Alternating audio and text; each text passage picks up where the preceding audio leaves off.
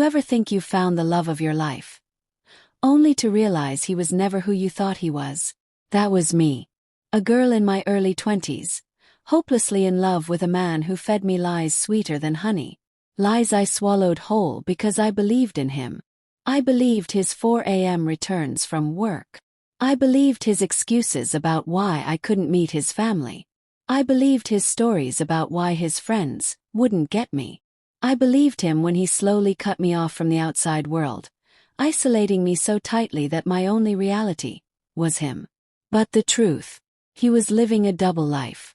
The day his grandmother passed away, one of the hardest days for his family, was the day I learned the brutal truth. Because while he told me he needed to grieve alone, he wasn't alone at all. He went to the funeral with another woman, not just any woman, his other girlfriend. The woman who had been introduced to his family, taken on dates, treated like his future wife. The woman who, like me, believed his lies. And when we both found out the truth, when our worlds came crashing down at the same time, instead of fighting over him, we made a choice. Instead of hating each other, we joined forces. Instead of letting him win, we took back our power. And that was the sweetest revenge of all. This is the story of betrayal, heartbreak, unexpected sisterhood, and the kind of revenge that doesn't come from screaming or breaking things or plotting destruction. No. This revenge was quieter, sharper. The kind that gnawed at him every single day. Because nothing made him more miserable than realizing that the two women he tried to play against each other were standing side by side, stronger than ever, laughing at him. So sit back, because I'm going to tell you everything. From the lies to the funeral to the tears to the laughter. And finally, to the day I realized that losing him wasn't a curse at all. It was the greatest blessing of my life. When I first met him, I was young, eager, and hopelessly romantic. In my mind, I had finally found the man who would be my forever. He had that charm about him, the kind that sweeps you off your feet before you realize your feet have left the ground. He made me laugh. He told me I was beautiful every day. He spoke about a future together in ways that felt so real, so vivid that I could almost taste it. He made promises that felt like truths. And because I wanted to believe in love, I believed in him. The early days were intoxicating. He'd bring me flowers, text me good morning and good night, talk about moving in together. And when we finally did live together, I thought it was the next step toward forever. But slowly the cracks began to show. He started working late hours. I told myself he was ambitious, hard-working, just trying to build something for us. But night after night, he'd walk through the door at 3 or 4 in the morning, exhausted, and I swallowed the lies whole. I asked once if I could come meet him after work. He said no. His workplace wasn't the kind of place for visitors. I asked if I could meet his friends. He said they wouldn't understand me. I asked about his family. He said the timing wasn't right. Piece by piece he isolated me. Not by yelling or being cruel. No, he was subtle, sweet even. He convinced me that his world was complicated, that he was just protecting me. That if I could be patient, if I could just wait a little longer, everything would fall into place. And I did. Because that's what love does. It blinds you. I didn't see the red flags. I didn't see the manipulation. I didn't see that the man I thought was my soulmate was actually a stranger wearing a mask. Looking back now, I wish I could shake that younger version of me and scream, "Wake up! See him for who he really is." But at the time I was too deep in it. I loved him. Or at least I loved the version of him he let me see. And then, his grandmother passed away. I didn't know it at the time, but her death would be the turning point.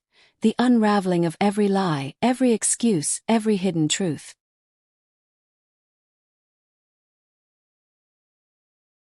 I remember the day he told me his grandmother had passed. His voice was low, trembling with grief. I felt my heart ache for him.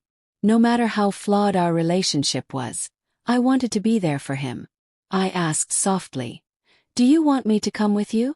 Do you want me by your side?" He shook his head quickly. "No. I need to go alone. I need to process this. Please understand." And I did. Course I did. I told him to take his time, to grieve however he needed. I even made him a small care package for when he came home. A blanket, some tea, a note that said I loved him.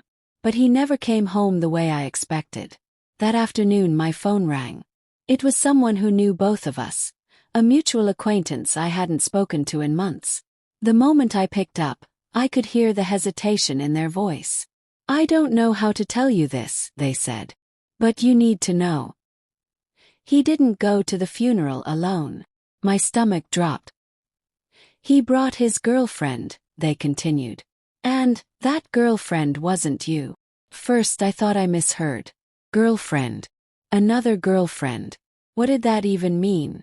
But then the details poured in. How he introduced her to his family.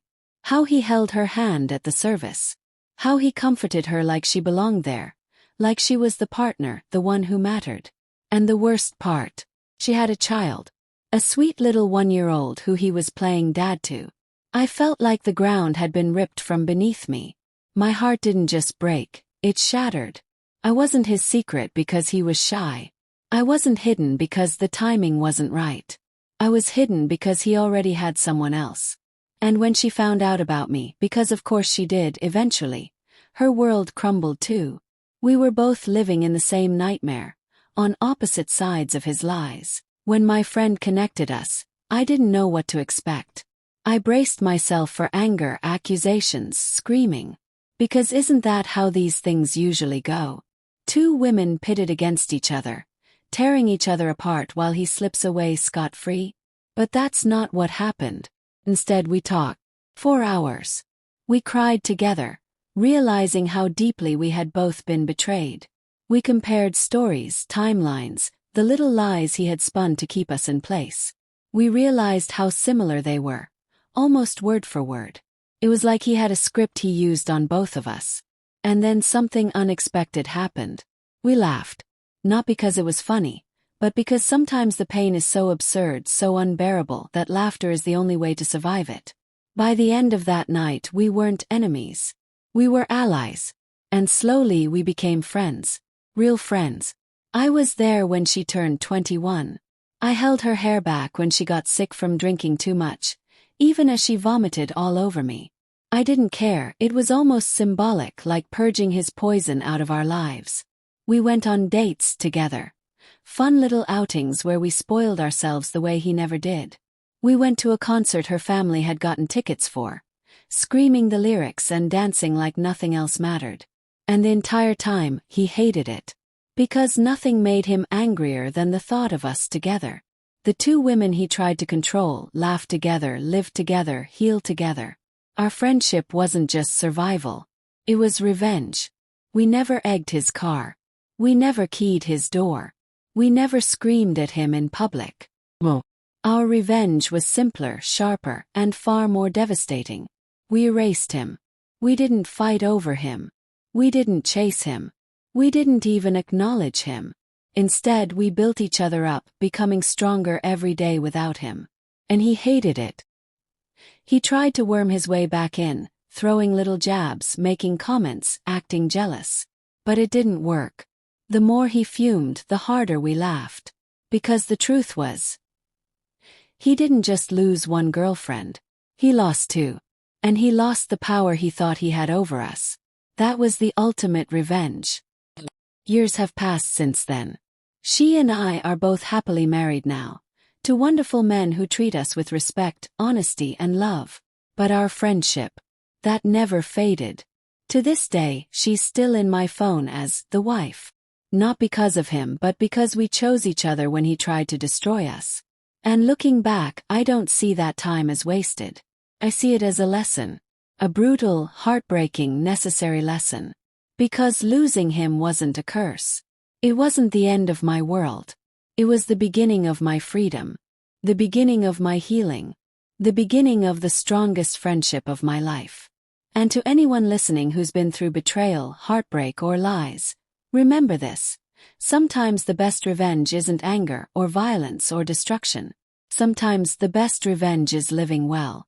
And sometimes, the sweetest blessing comes not from the love you thought you had, but from the unexpected love you find in the ashes of betrayal.